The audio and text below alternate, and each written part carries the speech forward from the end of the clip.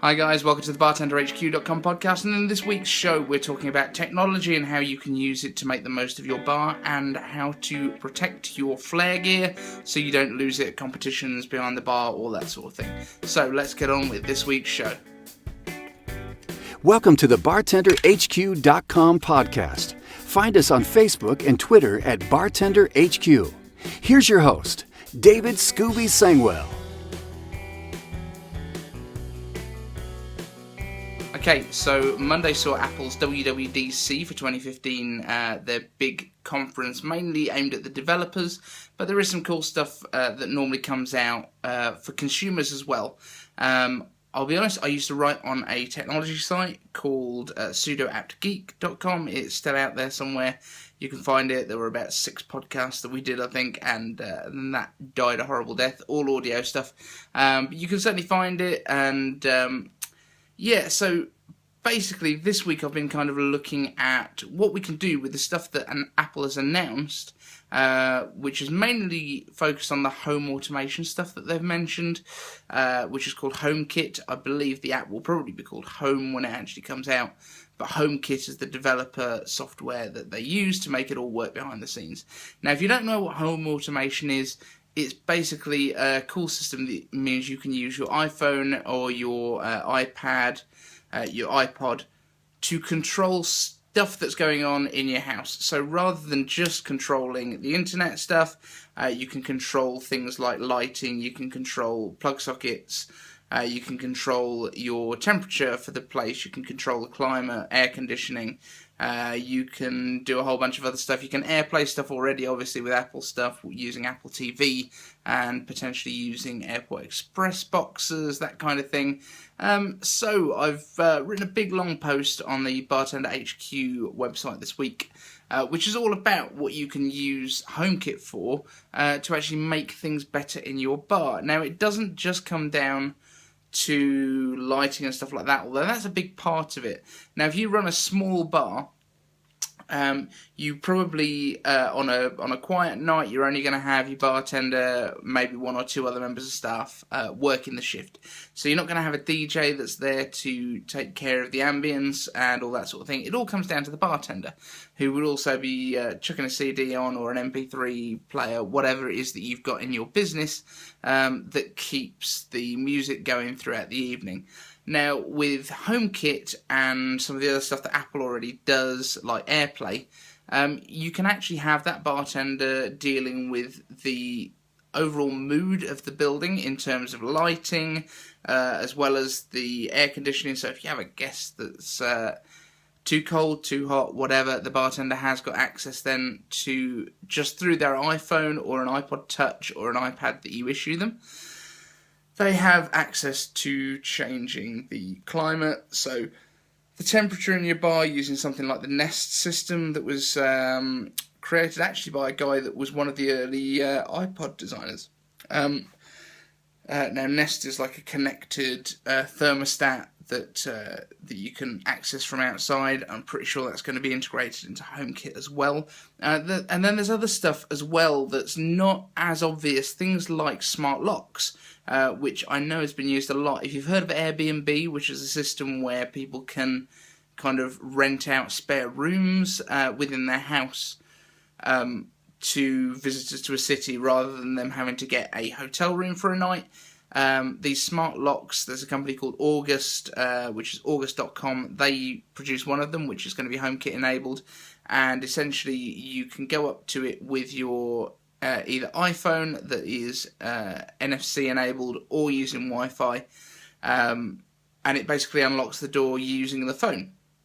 So if you were to apply that, for example, to your cellar in the bar or your spirits room, something like that, if you've got Wi-Fi enabled locks, then only certain bartenders would be able to have access to it, potentially even using the Touch ID stuff that's built into iPhones and iPads, and also the biometric stuff that's in the Apple Watch, not the iWatch. I keep trying to call it that, but essentially with the Apple Watch, it's only active while it's on you. Once you remove it, you have to reauthorize it again with either a passcode or with a connected iPhone. So, you know, that also gives you then a log of who's been into your cellar, at different times, and you can see if you have any problems stock-wise, then that could be quite a useful thing to be using. Now, the other thing that I was looking at is potentially for VIP rooms, because you can control lighting. There's stuff like the Philips Hue bulbs, and there's other LED systems that all can integrate with the HomeKit system. So you would be able to, in essence, either embed an iPad or issue an iPad to your VIP guests that have their own VIP room.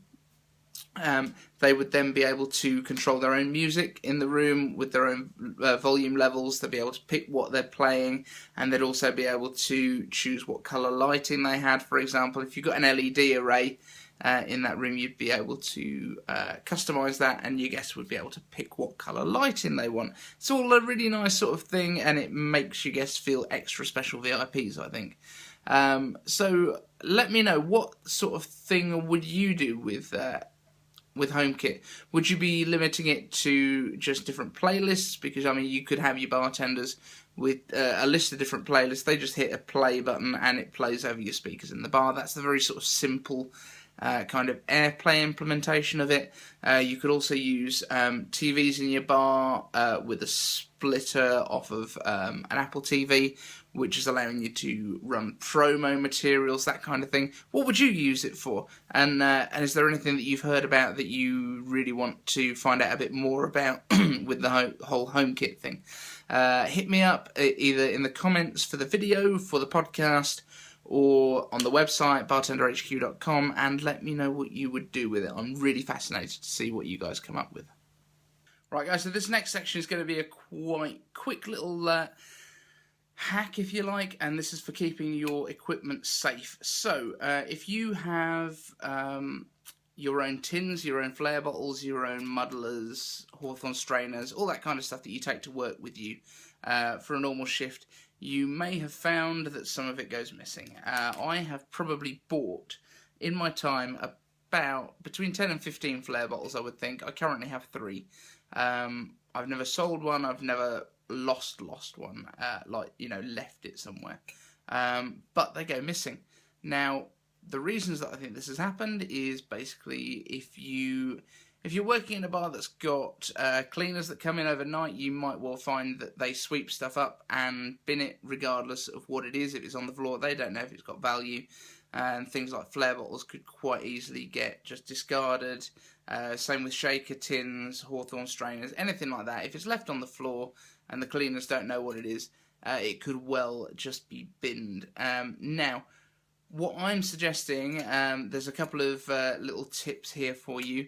The first one is to mark your stuff up. Now, I've been, as I've mentioned in a few recent episodes, the Reflex Arcadian now hosts the West Midlands Flair Club.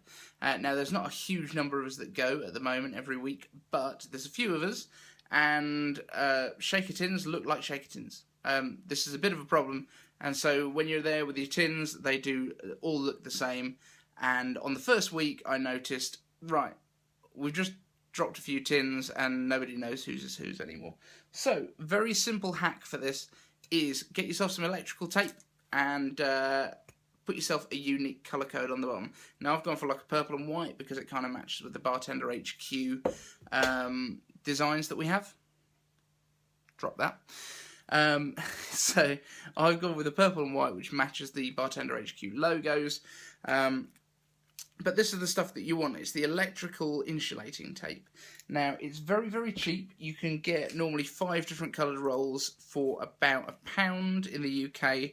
I would not be surprised if you can get this stuff at the dollar stores in the US or in other countries. You can get it for very, very little money. And the beauty of this tape is it is stretchy. It's very, very sticky when it first goes on, but you are able to reposition it. It's not like it sticks down and it stays there forever, but it stretches. So things like your shaker tins, you are able to get it so that it runs in a pretty flat line around the bottom. Now, obviously, these get wider as they go down. If you were using a tape, if you were using like a sellotape or a clear sticky tape or something like that that doesn't stretch, you would end up with a weird spiral going down your tin. It's not what you want, but this electrical tape will stretch, and it does make a really nice finish on these. I recommend tearing the stuff as well when you come into the end of something, rather than trying to cut it with a pair of scissors. If you cut it with a pair of scissors, you'll have a really flat edge to it, and it'll be quite obvious. If you tear it, it actually it hides the joins quite nicely. Now, I've used 2 colours because I think it's very unlikely that anyone's going to have the same 2-colour combination as me, for one thing. And also, I just wanted them to look kind of cool. I do recommend, though, even if you're not practicing with other people, if you've got weighted shaker tins like this, where they've got the steel cap on the bottom of the tin, and you want to keep those on there, I do recommend putting a layer of this insulating tape around there anyway. Now, the reason for this is that these base caps are held on by 3 little weld points.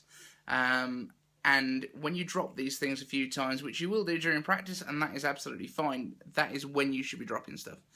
This one's got a few little dents in it. But after you drop these things a few times, you will find that those welds start to come away, and you may well lose the base off of these things. Now, you can stick them back on, you use a bit of epoxy glue, or you can obviously use the tape that I've used on here. But if you've got the tape there in the first place, it ain't going to go flying off, you're not going to lose it, and good times.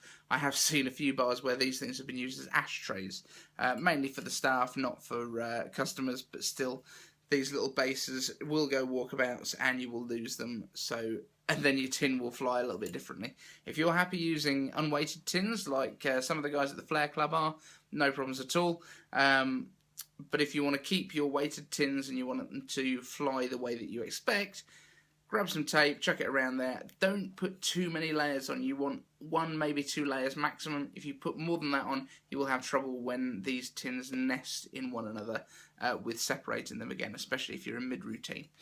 So that's a little tip for you. If you don't have your own tins, but you have multiple stations on your bar and you want to know where everything lives, you can also use the same tape technique to mark up the equipment for each station. So you could have a red station, a blue station, a yellow station. All the equipment gets marked up with that colour, and then your barbacks will know exactly which station everything needs to go back to when they're cleaning it for you. So that's another little tip for you guys. Now, if you don't want to lose stuff between shifts, for one thing, know what you're taking into the bar with you and what you're bringing back out again. So you should make sure you've got, for example, if you use 3 shakers on your station, make sure you only take 3 in and bring 3 out with you again.